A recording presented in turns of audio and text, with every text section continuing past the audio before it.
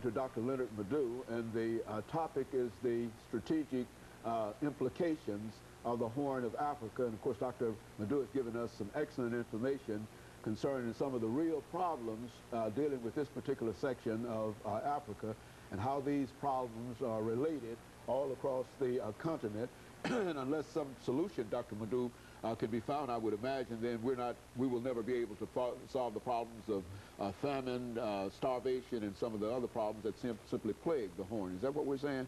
Let's continue our conversation in reference to that. Yeah, well, you know, for example, Somalia exports currently, mostly its exports now comprise of bananas and livestock, since whatever was left of the economy has been completely destroyed by the civil war. I take, for example, Ethiopia. 80% of Ethiopia's income comes from coffee, which was mortgaged to the Soviet Union by the Mengistu regime in order to receive billions of dollars in arms to fight the Eritrean and internal insurrections. Djibouti hardly exports anything apart from livestock. Most of its income comes from the railway, from Addis Ababa to Djibouti, which it charges, and also from tourism. Eritrea hardly exports anything either. After 1998-99 war, the economy is in shambles. The government of Eritrea rejects foreign aid, saying it can do without it, but experience has shown that it couldn't.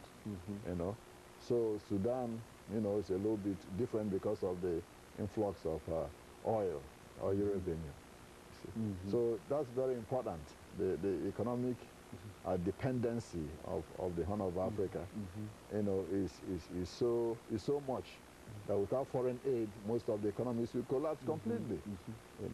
Well, Dr. LMadu, since it seems that many of these problems can be said to go back to colonialism, it would seem to me that some of these former colonial countries would feel that they had some kind of responsibility. Is there any kind of forum whereby they can deal with this?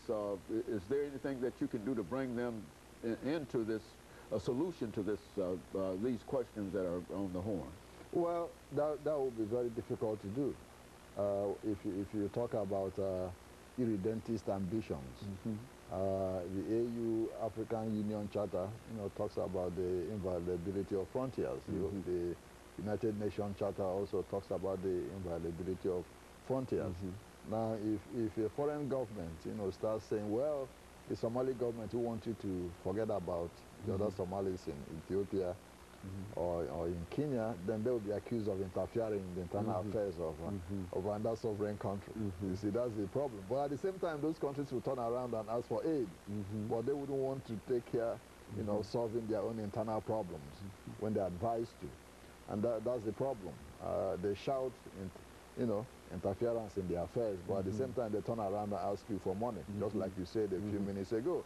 Why should the U.S. be pumping money into these countries, when they're not listening on how to bring their own people together to solve their internal problems? Most of those problems are solvable. But the thing is that the leaders themselves are so corrupt that they're interested in keeping, control of their respective countries. At any cost. At any cost. Exploit the ethnic and racial and the religious sentiments of their people for their own advantage. That's what you see all over the continent. Well, now, what do you see as some of the possible solutions in terms of what goes on there, Dr. LMadu? Well, I think first of all, most of those countries should not receive any grants or loans from international institutions unless they make far-reaching reforms in their own economic and political systems. That's the only way to bring some of them to listen. For example, some of the French African countries, about almost 80–70% of their income comes from France. A country like Swaziland gets almost 80% of its distance from foreign donations now. So some of those countries can be made to listen, if they would implement reforms in their country before, getting assistance from the United States or the United Nations. And so it's sort of a bleak prospect in a real sense of ever making any real change on the Horn. Is that what we're saying here? I mean, now you talk about Kenya. What about the Kenyan election? You know, Kenya, I think, has a reputation of being one of the four most states in East Africa that has done things in terms of democracy and et cetera, et cetera. But we see some of the problems in Kenya now that tend to indicate that somebody said that if a regime has been in power for 8, 10, 12, 15 years, then there's no prospect of having any kind of democracy. Speak to that. I mean, how is that? And I mean, it's so sad that it's humorous in a real sense. That's correct.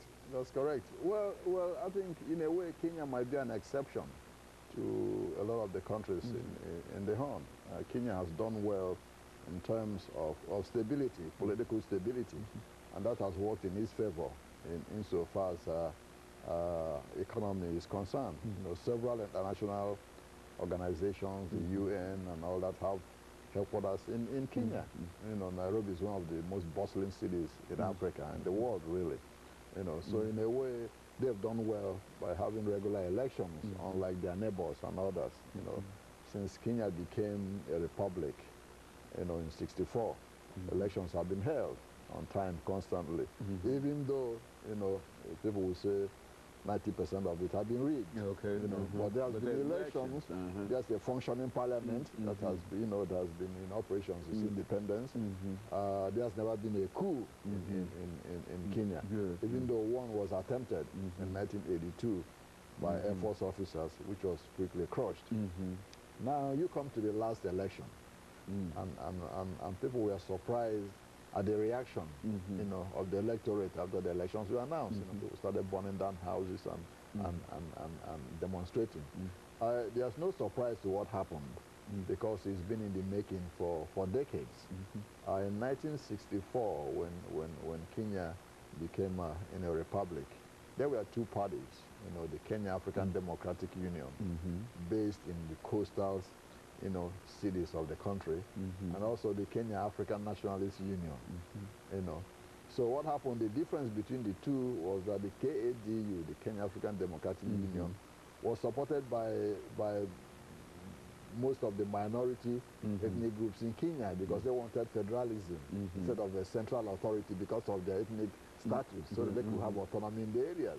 The Kenya African Nationalist Union, headed by Jomo Kenyatta, said no, we want, you know, a central authority government, and was supported by a majority of the Kikuyus and Luos and some others.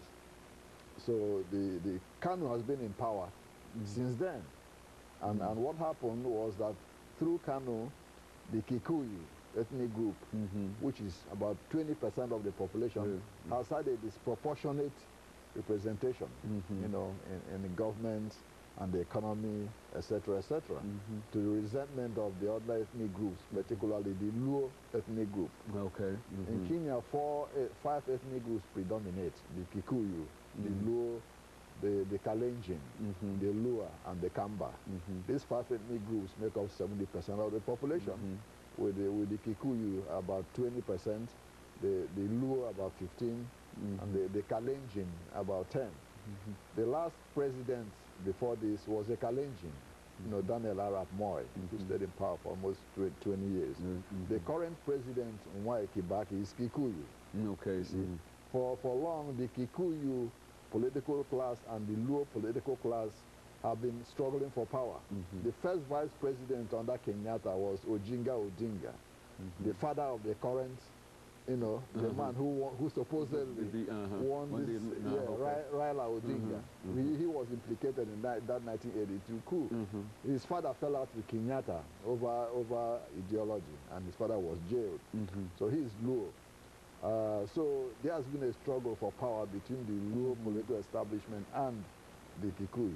And Dr. Madu, as we forced to call this to an end, but it all boils down to the fact that the people in Africa and on the Horn of Africa are suffering primarily through the inability of the leaders to make some decisions in reference to how they wish to run their governments, and et cetera. So I want to thank you for bringing that information by to us, Dr. Madu, and I think we all have a better understanding in terms of what is going on the Horn. And I think the United States, within the framework of the kind of information that you're giving here, can also make better choices in terms of who it wishes to support in these particular areas. Absolutely. And certainly I want to thank you for bringing us that information. And let me encourage our audience to tune in again next week for another informative edition of Comments. Thank you and good morning.